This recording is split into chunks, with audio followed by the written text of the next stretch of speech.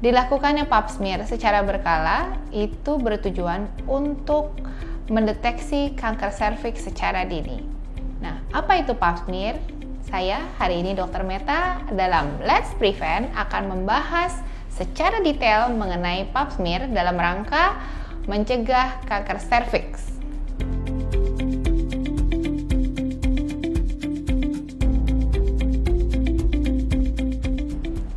Minggu lalu kita telah membahas mengenai kanker serviks secara keseluruhan, mulai dari penyakitnya, faktor resikonya, apa itu kanker serviks, gejalanya.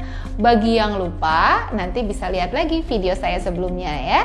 Pada kesempatan kali ini kita akan membahas detail mengenai cara mendeteksi kanker serviks. Nah, pap smear pasti sebetulnya rata-rata hampir semua orang telah mendengarnya. Tetapi bagi Anda yang telah melakukan hubungan seksual, apakah Anda sudah pap smear? Kapan terakhir Anda pap smear? Nah, kita lihat apakah pap smear itu mengerikan? Sebetulnya tidak ya. Banyak wanita yang belum menyadari pentingnya pemeriksaan pap smear ini.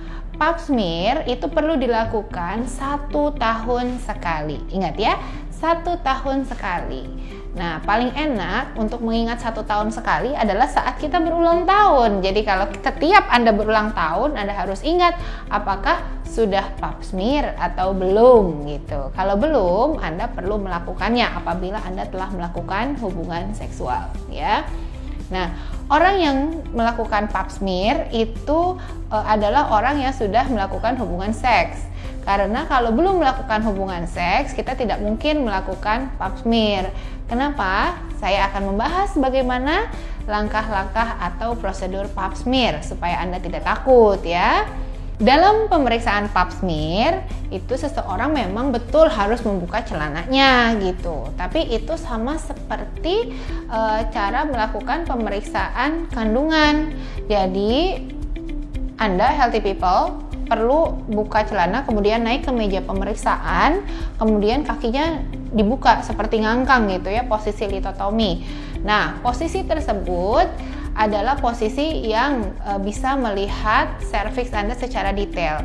Nah, dokter akan memasukkan alat yang bernama cocor bebek, tetapi alat ini kecil, alat ini tidak besar.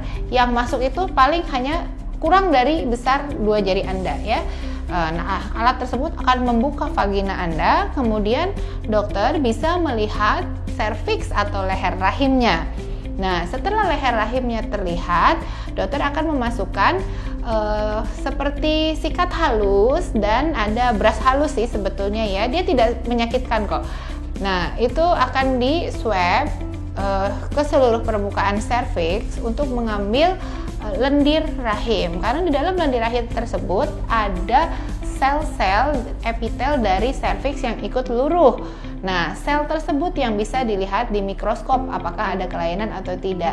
Nah, setelah di swab, kemudian alat cocor bebek tersebut diangkat dan swabnya dioleskan di gelas kaca. Nah, nanti di situ diproses di laboratorium, akan dilihat apakah ketemu sel kanker atau tidak ya. Kapan sih pemeriksaan pap smear sebaiknya dilakukan? Nah, orang yang sudah menikah, entah Anda berusia 20 tahun, 30 tahun, 40 tahun, 50 tahun, 60 tahun, asal pernah menikah, asal pernah melakukan hubungan seks, Anda perlu memeriksakan pap smear setahun sekali ya, karena deteksi dini itu jika ketahuan stadium lebih rendah untuk kanker serviks itu penyembuhannya lebih baik, rate kesembuhannya itu lebih baik, bahkan hingga 90% bisa sembuh ya. Pap smear ini bisa mendeteksi kanker serviks di dalam fase pre-cancer, jadi sebelum dia menjadi cancer ya. Nah, jika ketahuan kanker serviks dalam stadium pre-cancer itu bisa dilakukan krioterapi sehingga kesembuhannya mencapai 90%. Nah, pertanyaan selanjutnya, apa yang perlu disiapkan untuk menjalani pemeriksaan pap smear? Wah, ini pertanyaan bagus sekali nih. Jadi kalau pap smear itu ada syaratnya nggak? Betul, ada syaratnya, berbeda dengan IVA test ya. Jadi kalau IVA test itu kita sebutnya seperti pap smear instan. Memang sama-sama pasti harus dibuka oleh cocor bebek. Tetapi kalau IVA test, prosedurnya itu kan dia ditotol larutan asam, nanti kita lihat perubahan warnanya.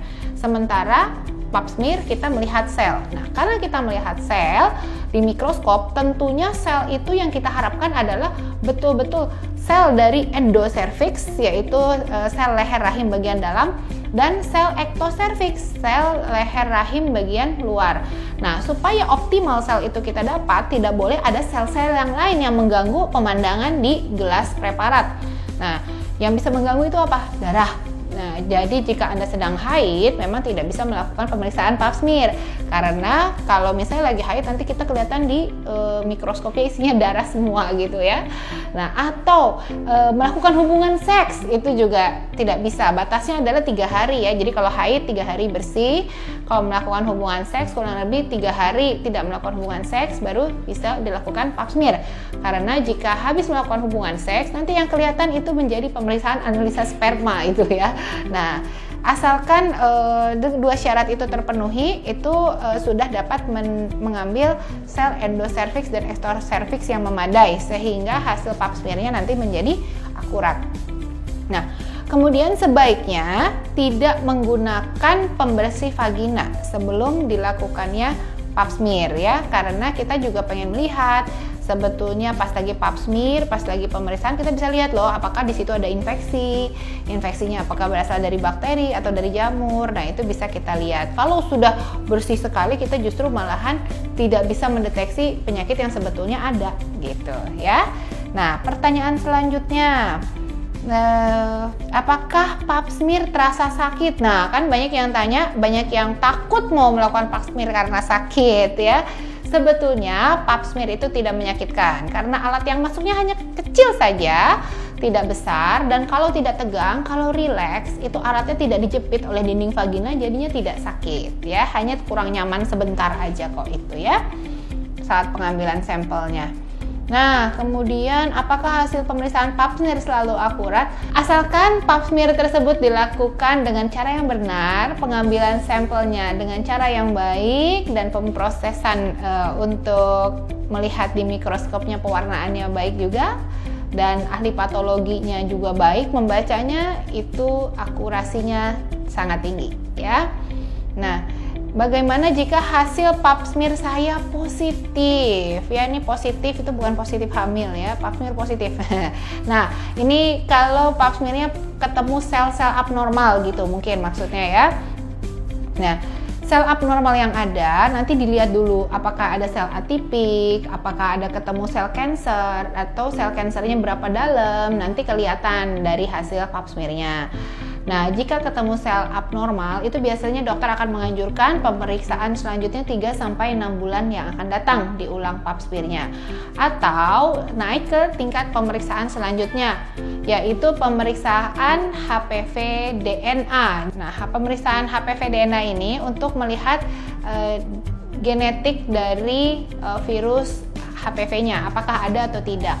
Jika ditemukan genetik dari virus HPV-nya, itu berarti kita lebih berpikir, oh iya, ini apakah benar memang sudah ada sel abnormal gitu. Tapi jika tidak ditemukan, kita bisa ulang lagi pap smear 3-6 bulan yang akan datang. Nah, jika HPV DNA positif, pap smear juga memang ada sel abnormalnya gitu ya, dokter pasti akan melakukan langkah selanjutnya, yaitu kolposkopi. Kolposkopi itu mirip dibuka juga gitu vaginanya, kemudian diteropong dan diambil secuil dari sel leher rahimnya, dinding leher rahimnya diambil dikit, kemudian diperiksakan di laboratorium lagi, dilihat lagi seberapa dalam infiltrasi atau masuknya virus HPV tersebut ke dalam leher rahimnya, dan itu bisa menentukan stadium dari kanker serviksnya, apakah sudah termasuk ke arah kanker serviks stadium 1-3 gitu ya, ataukah masih lesi prekancer, dan itu akan menentukan juga langkah terapi selanjutnya ya. Ya, jadi itulah yang kita bahas mengenai pap smear ya. Jadi jangan takut lagi untuk melakukan pemeriksaan deteksi dini untuk kanker serviks.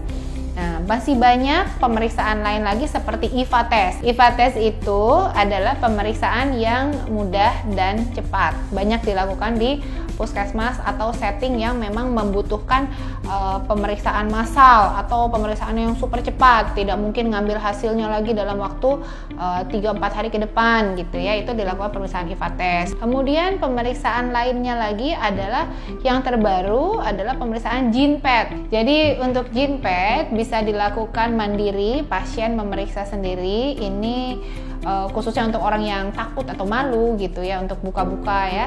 Nah, jadi memakai pembalut. Nah, pembalutnya itu dipakai sehari, kemudian nanti dari situ kan ada materi-materi genetik dari HPV-nya ya. Nah, dari situ diperiksalah di laboratorium.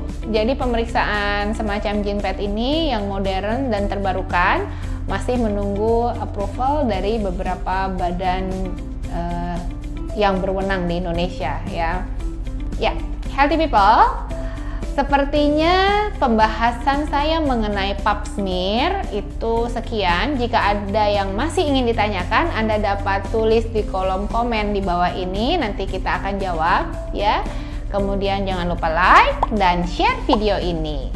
Jangan lupa melakukan pemeriksaan pap smear untuk diri Anda dan ikuti Let's Prevent berikutnya. Sampai jumpa.